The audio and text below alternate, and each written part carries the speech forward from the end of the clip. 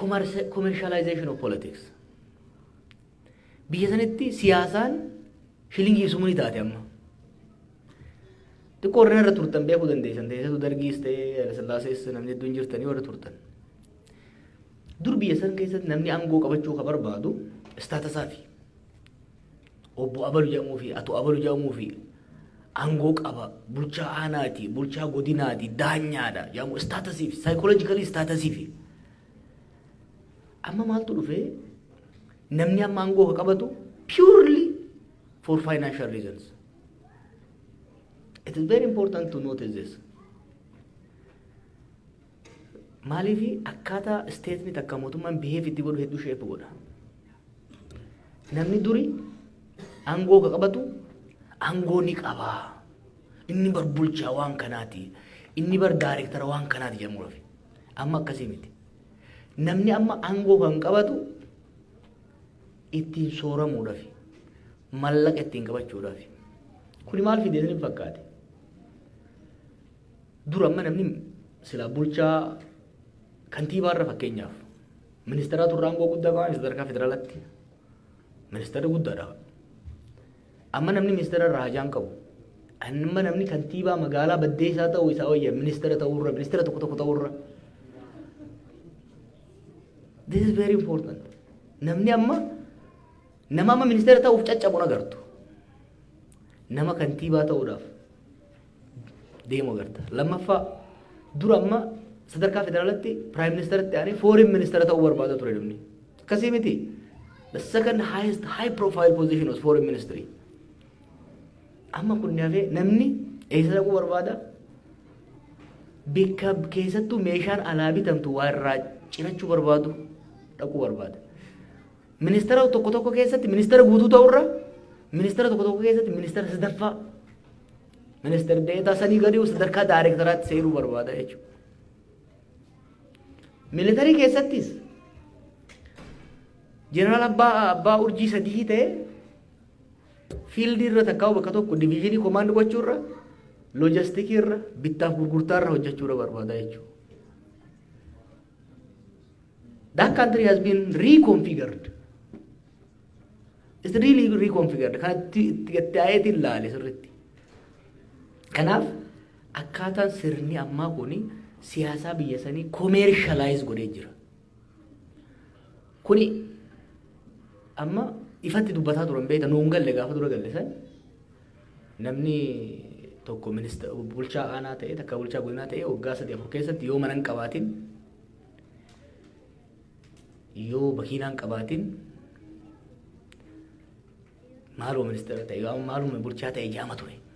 Amma yoo gartan Finfinnee keessatti naggaateen ciccimaan warri waa'ee mallaqa bulchitoota biyya sanii amma even sadarkaa gadi aanaarra jiran hoggaa laaltanii hoggaas wajjin ta'anii haasayan barcaa irratti haa taatu taasisaatti bakka feetetti deeqa 5 booda siyaasaan haasayan deeqa 5 booda mallaqa haasayan.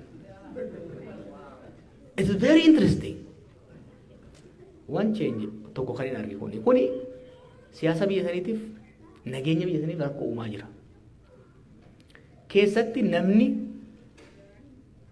waa'ee siyaasaa waliin haasa'ee waa'ee ideoloojii waliin dibeet gochuun hafeeti waa'ee mammataa dibeet hafeeti transactional qofa akka ta'u. Meeqa naa kennita meeqa baasa. Fakkeenyaaf bulchaa aanaatirraa bulchaa godinaa seenuudhaaf mallaqa guddaa makfaata allabbe. Injiru jechuun dura amma fakkeenya dheetii abaluu harka kennitee deeggartee maal caasaadhaan ol baataa akkasii miti.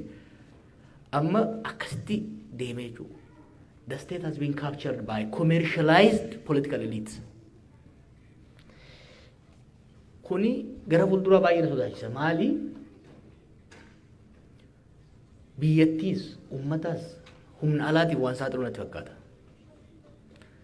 Maaliif competitionii eliitii bulchiinsaa jidduu jiru aangoo wal caaluudhaaf osoo hin ta'in qabeenya wal caalu yoo ta'e qabeenyaan wal caalu irratti akka fuulleffatu taate resoursiin biyya sanii immoo hedduu limited waan ta'eef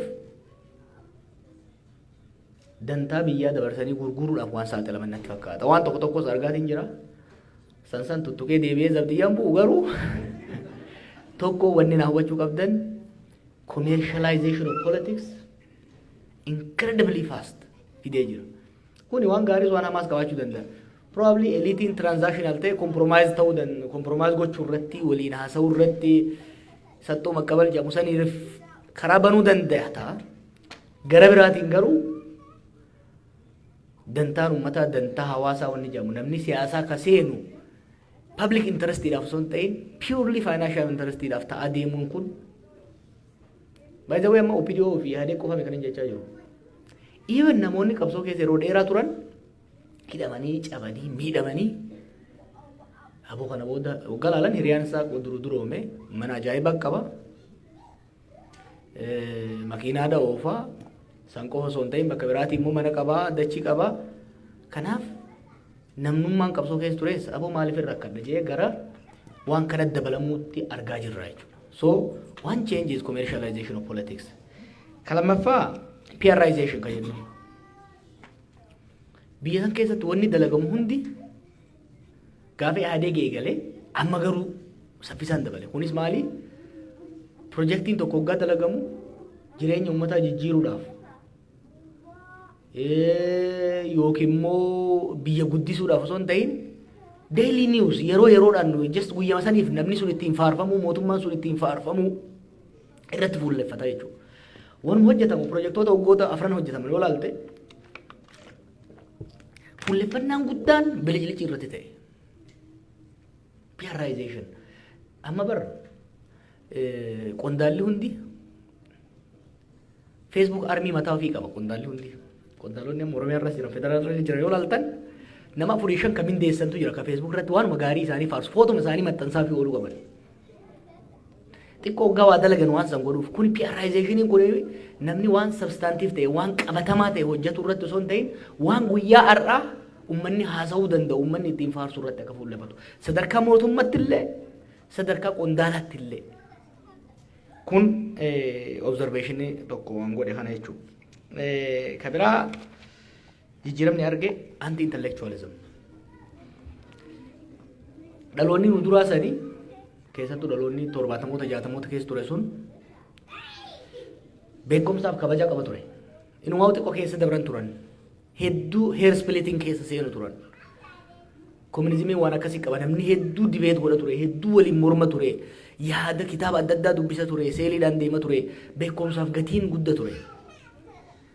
Amma waggoota afran kana hayyoota ofirraa dhiibuu hayyoo beekumsa xiqqeessuu warri beeke humaan finne yoo agarta miidiyaa mootummaa irratti illee it is interesting manidhaa keessa ta'eetiin namoota sadii ka PhD qabu warra PhD qabu kan arrabsuun arge.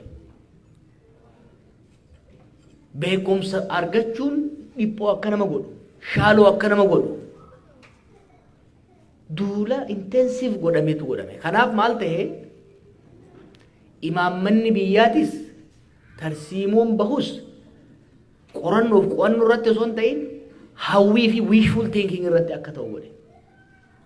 Wannummaan ca'umsi guufatee rakkoo keessa seenneef tokko wanti godhamu karoorri bahu imaammanni bahu tarsiimoon bahu qo'annoof qorannoo irratti hubannoo irratti sirriitti gadi fageessanii irratti mari'achuu irratti osoo hin ta'in gubbaa garaaf godhanii deemuu irratti fuulleffatame. Kanaaf amma xiqqoo yoo inni malee baatii jahan dabre kana yeroo lolaa sanfaa hedduu nama sodaachisa ture. Biyyi sun biyya sabaa sablammoota waa 70 wayiiti. Gaanfa Afrikaa keessa jirti. Haalli addunyaa jijjiiramaadha. We are functioning in a complex system and rapidly changing global order keessa deemaa jirra. Kana haasa'uun fedhu amma warri biyya san bulchu. No. Waan mataa nama cinqu haasa'uun barbaadan. Waan mataa nama yaachisu haasa'uun barbaadan.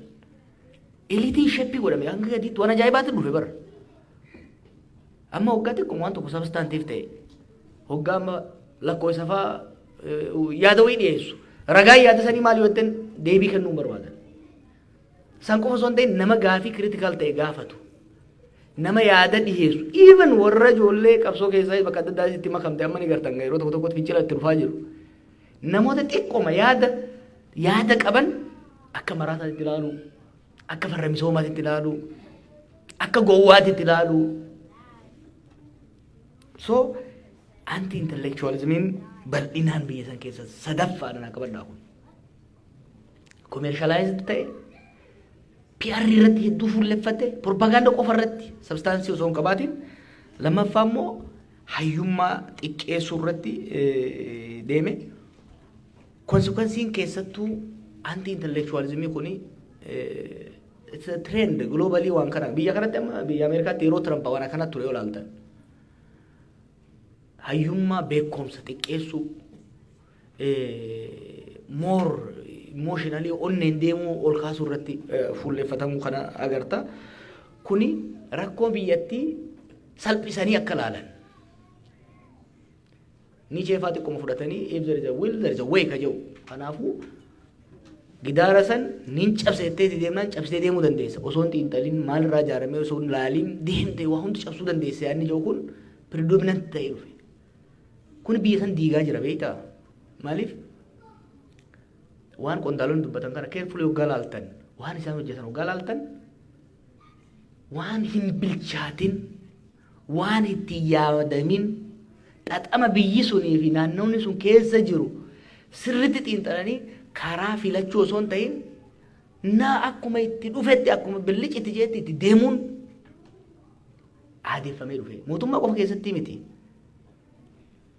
kontaajiyees ta'ee jira yaadni kun nama hojjoggaa gatteessee xiqqooma waan substantiif ta'e maali wanni ammas jettu kun theoretical background isaa maali where is the empirical evidence muuxannoon biyyoota biraa maal fakkaata hoggaa jetteen hoogaa kun bar yuunivarsiitii miti siin jeen kun siyaasaadha siin jeen siyaasaan shira malee waan sirriitti itti yaaddee itti cinqamuu qabdu miti siin jeen barkasii finne yuunivarsiitii barsiisiif osoo hin ta'in waan kana geggeessiifi inuma geggeessi qofa osoo itti yaadin so rakkoo amma agartan biyya kana keessatti agartan keessaa tokko this anti-intellectualism has led to shallow analysis rakkoo biyya sanii rakkoo diinagdee biyya sanii akkatuma isaan diinagdee itti fix godhuudhaaf yaalan yoo ilaaltan akkatuma amma dhugaan eegan bahee booda qondaalota tokko tokko argeen ture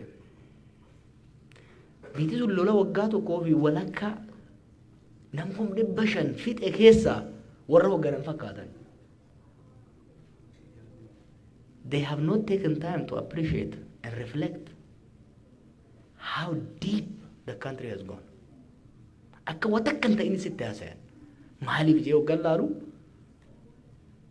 anti-intellectualismii maalitti ergee waa hunda salphisanii laaffisanii akka laalan godhee jechuudha.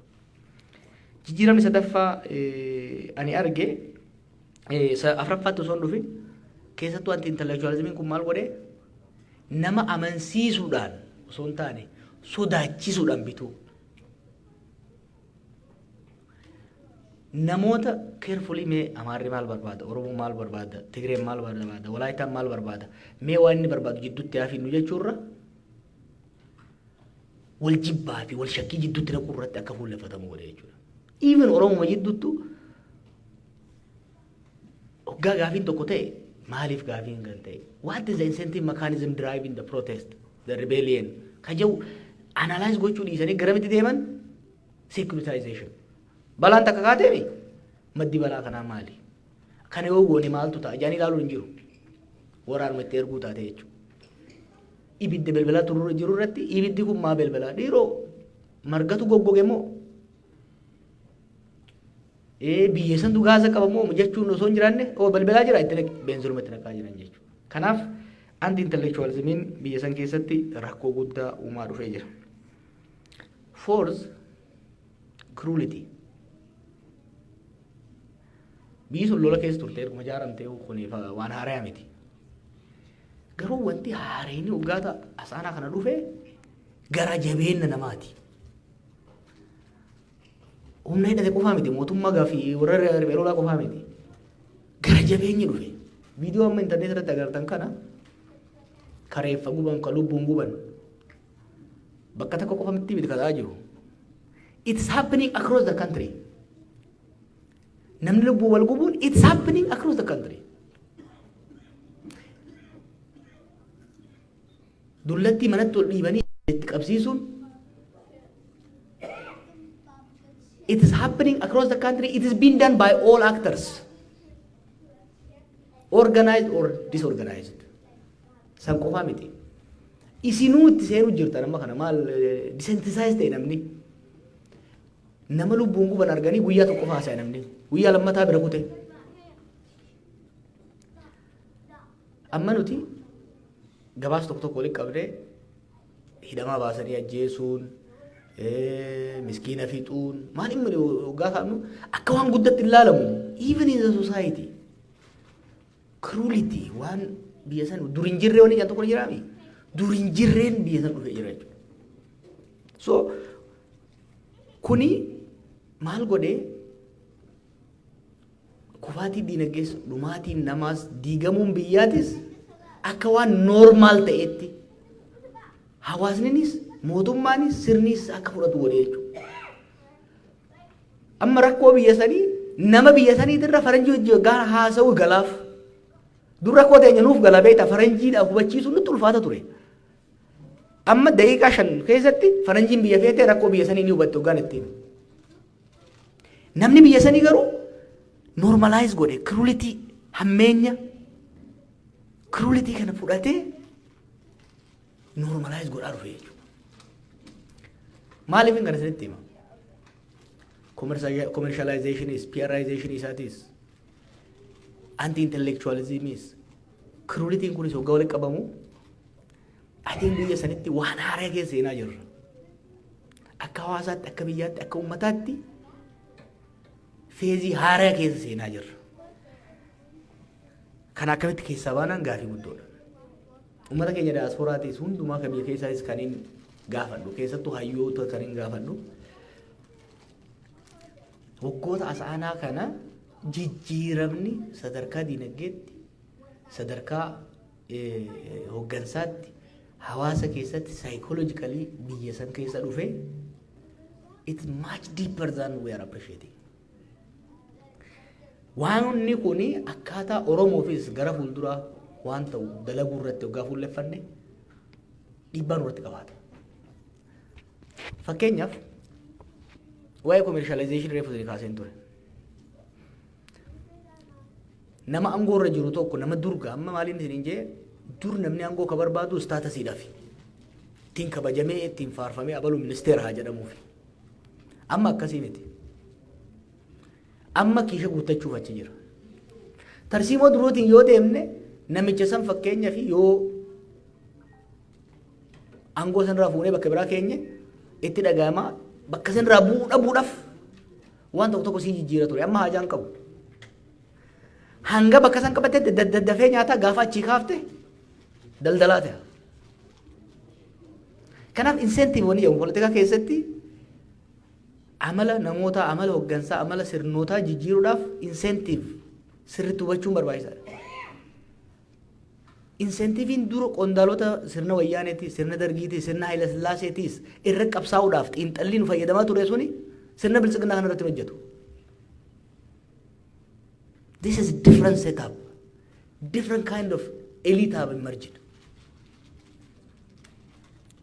elite daangaan isallee clear hin tahin emerge godhaa dhufaa jira kun tarsiimoo gara fuulduraa baafnu irratti illee dhiibbaa qaba recommendation ani qabu hayyuunis hoggansa siyaasaatis biyya san seef godhuu barbaade siyaasa deebisuu qaba siyaasni du'ee jira biyya san keessatti political discourse has died it has been so watered down so simplified kanaaf ol kaasuu qabna marii biyya sanii dhimma imaammataa irratti dhimma tarsiimoo irratti dhimma diinagdee irratti dhimma fayyaa irratti dhimma barnootaa irratti biyya san amma PhD'n dachii dhiphiftee jirti dhiifama naa godhaa doktoroonni keenya PhD'n bitamee heddummaatee tuuffatame sirna san warri maanipuleet godhuu barbaadu immoo kanatti fayyadamee ilaalu inni bara PhD qaba garuu maqaa isaatu sirreessee hin barreessu hin jedhan duraas isaanuma itti kenne PhD deebisee immoo sanitti fayyadamanii warra credible ta'e waggaa meeqa xaaree PhD argate doktor Seem doktorummaa isaa so wanni sirni sun ittiin deemaa jiru sirni biyya sanii haalli biyya sanii ittiin deemaa jiru jijjiirama guddaa ta'uusaa hubachaa hojii hojjennu keessatti kana qabachaa deemuun barbaachisaadha maaliifin siyaasa guyyaa dhiisee waan akkanaa sinitti mabeetu. Rakkoon akka Oromoottis akka Itoophiyaattis akka gaafa Afrikaatitti illee deemaa jiru. Ila hoggansa xiinxala gadi fagootti hin amanne complex system laaluun barbaanne qabaachaa hoggansa dantaansaa guddaan kabaja siyaasaa takkaa dantaa uummataa osoo hin taane shilingiif sumurii ta'e bakka jirutti hoggansa dhumaatii uummataatiif kufaatii biyyaatiif disensitize ta'e qabaattee rakkoo keessa bahuun baay'ee ulfaataa ta'a. Maaliif tokkoffaa rakkoo san hubatu lammaffaa rakkoo san shilingiif sumurii saniin suphaa jee yaada.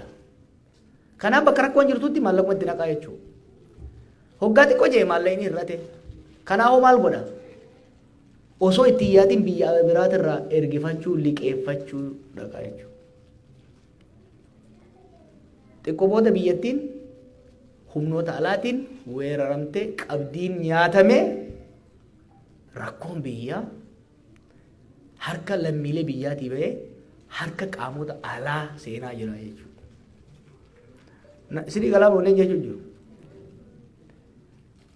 Waggaa afran irraa rakkoo Itoophiyaa furuun irra laafaa ture.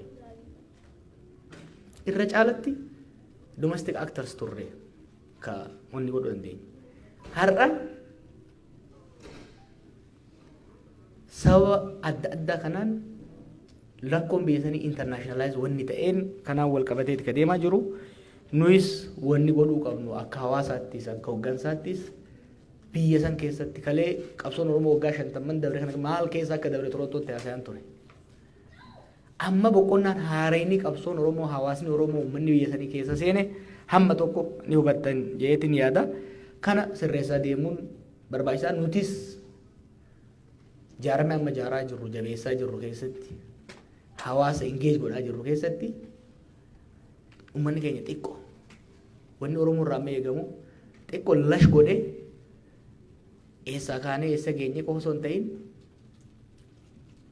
dhiiroo sirna akkamtu nu dura dhaabbataa jira. Social, economic, political security transformation naannoo sanii maal fakkaata ka jedhu itti yaadee bilcheessee itti deemuu qaban jee yaada. Kaafan booda mariitti deebinaa ka dhumarratti wanti amma reefu obboleeyyan keenya dhiyeessan na gammachiisa. Entrepreneurshippiinis networkiinis rakkoon tokko biyya sanitti dhufe namni dalagaa uumuun barbaadu because of this commercialization and intellectualism kun hundi interact godheeti entrepreneurshippii dalaguun barbaadan namni waa uumuun barbaadu namni saffisaan duroomuu barbaada malee dalagee duroomuu barbaadu. Kanaaf warri keenya uummanni keenya biyya alaa jirtanis ka biyya keenya jirtanis waan creative ta'e waan haaraa waan hawaasa nama dhuunfaatis guddisuu irratti waan akka mareefu abjaataa jettan san jaaruu irratti hojjechuun but more than that ka attract na godhu professional networking waldaa injiinaroota jaartan sun hedduu gaarii maaliifi who you know particularly biyya alaa kanatti sometimes who you know is more important than what you know. Waldaa akkanaa kana dhaabuun ijoollee lafaa jirtus koos gochuu reefu maalitiin injiinaroo kan biyya kana dhufu nama tokko hin beekuun ture. Waggaa afuritti koorsii meeqaan tam credit hawaarii meeqaan fudhadhe almost 2/3 san caalaan deebee ture. Osoo hin beekee jiraadhe Stanford waggaan bahu maastarsii guututti fitee actually lama fudhachuu hin danda'an ture. But I left BA'niin achi bahee jechuudha. Kanaaf ijoollees koos gootanii ittiin deemuudhaaf. Already immoo experience qabna. Waldaan hakimoota ogeeyyii fayyaa Oromoo ka biyya alaa jiru kun hojiin hojjetaa jiru argaa jirtanii. Akkasumas biyyatti waldaaleen ogeeyyii fayyaa ka biraadhis uummata tajaajiluu jiru qoosaan ta'in gaafa nuti rakkoo keessa turre illee hagamta akka nu tajaajilanii beeytanii. Kanaaf waldaa injiinarootaa kanas daran cimsitanii waldaalee bifa adda addaatiin jiranis daran cimsitanii deemu. Hawaasa keenya kapasitii keenya ijaarrachuu qabna amma. Amma booda hunduu kan deebinu waan tokko hin shakkina amma booda taduritti hin deebinu. Garuu fuuldura deemna. I painted the whole situation dark. Don't be gloomy. I want you to take the situation serious, but not be sad, and discouraged. Pessimistic akka taatan hin barbaadu. But I want you to be realistic. Nurraayis waan biyya san irraayis waan eeydan realistic akka taatan. Akka gadditan osoo hin ta'in akka reflect gootan barbaanna. Kanaaf kan ammoo utubuudhaaf waan hojjetu kana utubuudhaaf fakkeenyaaf rakkuma amma reefu isinii kaase kana furuudhaaf tokko hayyoonni keenya gara diinagdee kalaqaatitti gara entrepreneurship gara creativity uummata deebisuun gaarii ta'a jeetiin yaada. Isinitti dheeressee warri Winnipeg hedduu ulfaadha kaan immoo mariidhaan walitti deebinaa galatooma.